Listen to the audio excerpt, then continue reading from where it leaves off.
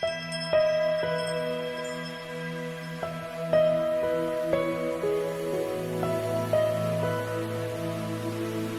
நாளிலே கூட கர்த்தர் நமக்கு தருகிற ஒரு வார்த்தை, உன் யோசனைகள் உறுதிப்படும்.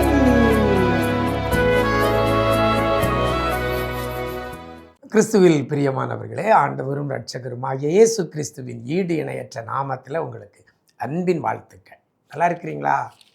எல்லாரும் ஆண்டவர் கிருபையில் நல்லா இருப்பீங்கன்னு கர்த்தருக்குள் நம்புகிறேன். ஒரு நாளும் இந்த விசேஷித்த வார்த்தை நிகழ்ச்சி மூலமாய் வேதத்திலிருந்து ஒரு வசனத்தை உங்களோடு கூட பகிர்ந்து கொள்வதில் மிக்க மகிழ்ச்சி அடைகிறேன்.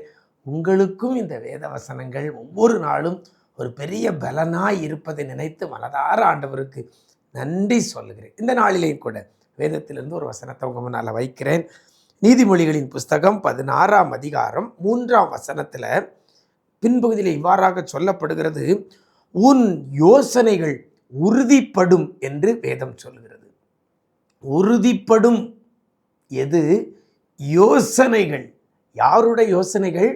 உன் யோசனைகள் உறுதிப்படும் என்று கர்த்தர் சொல்லுகிறார். வேதவசனம் சொல்கிறது, உன் யோசனைகள் உறுதிப்படும். யோசனை அல்ல, யோசனைகள்.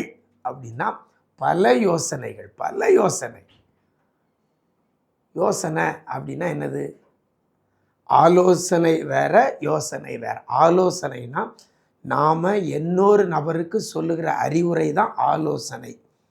யோசனை அப்படின்னா நாம் தனியாக இருந்து யோசிக்கிறோம்ல, அதுதான். இது நடந்தால் நல்லாயிருக்கும், இது கிடைச்சா நல்லாயிருக்கும், இப்படி இருந்தால் சூப்பராக இருக்கும் அப்படின்னு நம்ம தனியாக இருந்து யோசிக்கிறோம் அல்லவா, அந்த யோசனை என்ன செய்யுமா? உறுதிப்படும் என்று வேதம் சொல்லுகிறது. எவ்வளவு பெரிய ஆசீர்வாதமான ஒரு வார்த்தை! யோசனை, ஒரு யோசனை அல்ல, பல யோசனை. அதனால தான் வசனம் சொல்கிறது, யோசனைகள் உறுதிப்படும். இன்னைக்கு நம்ம கனவு காண்கிறோம், காண்கிற கனவுகள் நிலைப்படுகிறது இல்லை, அப்படி தானே? உறுதிப்படுறது இல்லை. அப்படின்னா நம்ம இன்னைக்கு எங்கேயோ போயிருப்போம். நம்ம கண்ட கனவுகள், காண்கிற கனவுகள் உறுதிப்படுச்சுன்னா உறுதிப்படலை. ஆனால் வேதம் சொல்கிறது, யோசனை, யோசனை. நீங்கள் என்னெல்லாம் யோசிக்கிறீங்களோ, எதை குறித்து எப்படி இருக்கணும் இப்படி இருக்குன்னு சொல்லி யோசித்து பார்க்குறீங்களோ, அந்த யோசனைகள் நீங்கள் யோசித்ததோடு நிற்காது. அது என்ன செய்யுமா? உறுதிப்படும். அப்படின்னா அந்த யோசனை படி அப்படியே நடக்கும். அதான் அதனுடைய அர்த்தம். எனக்கு அருமையான தேவஜனமே, ஆண்டவருடைய வார்த்தை உங்களுக்கு நேராக வருகிறது. உன் யோசனைகள் உறுதிப்படும் அப்படின்னா, இன்னைக்கு அந்த உன் அப்படின்னு யாரை குறிக்கிறது அப்படின்னு சொல்லி பார்த்தீங்கன்னா, அந்த வசனத்தில் முன்னால் சொல்லப்படுகிறது, உன் யோசனைகள் உறுதிப்படும் என்று சொல்லப்படுகிறது. எப்பொழுது? அந்த வசன இடையில சொல்லப்படுகிறது, அப்பொழுது உன் யோசனைகள் உறுதிப்படும். எப்பொழுது அப்படின்னு பார்த்தீங்கன்னா, அந்த வசனத்தில் முதல்ல சொல்லப்படுகிறது, செய்கைகளை கர்த்தருக்கு ஒப்புவி, உன் யோசனைகள் உறுதிப்படும். யாரெல்லாம் செய்கைகளை கர்த்தருக்கு ஒப்புவிக்கிறீங்களோ, கர்த்தருக்கு ஒப்புவிக்கிறீங்களோ, அப்பொழுது தான் நம் யோசனைகள் உறுதிப்படும். இன்னைக்கு நம்ம யோசனை உறுதிப்படாததற்கு ஒரே ஒரு காரணம் என்ன? நம்முடைய செய்கைகளை கர்த்தருக்கு ஒப்புவிக்கலை. செய்கைகளை கர்த்தருக்கு ஒப்புவிக்கலை. செய்கைகளை கர்த்தருக்கு ஒப்புவித்து விட்டால் நம் யோசனைகள் உறுதிப்படுமா? எனக்கு அருமையான தேவஜனமே, நம்முடைய செய்கைகள் எப்படி இருக்கிறது? செய்கைகள் கர்த்தருக்கு ஒப்புவிக்கிறதுனா ஹேண்ட் ஓவர் பண்ணுறது, நம்ம செய்கிற காரியத்தை கர்த்தரிடத்தில் ஒப்புவிக்கிறது. இன்றைக்கு எதை கர்த்தரிடத்தில் ஒப்புவிக்க முடியும்? எதை ஒப்புவிக்க முடியும்? நம்ம ஒன்று ஒப்புவிக்கிறோம், அதை பெற்றுக்கொள்கிறவர் எதை பெற்றுக்கொள்ளுவார்? ஒப்புவிக்கிறது. மனுஷனிடத்தில் சும்மா எதையாவது ஒப்புவிச்சுட்டு போயிடலாம். ஆனால் கர்த்தரிடத்தில் ஒப்புவிக்கிற வேண்டிய காரியங்கள் எப்படி? அது சரியாக இருந்தால் தான் கர்த்தரிடத்தில் ஒப்புவிக்க முடியும். அப்படின்னா நம்முடைய செய்கைகள் ஆண்டவருக்கு உகந்ததாக இருக்க வேண்டும்.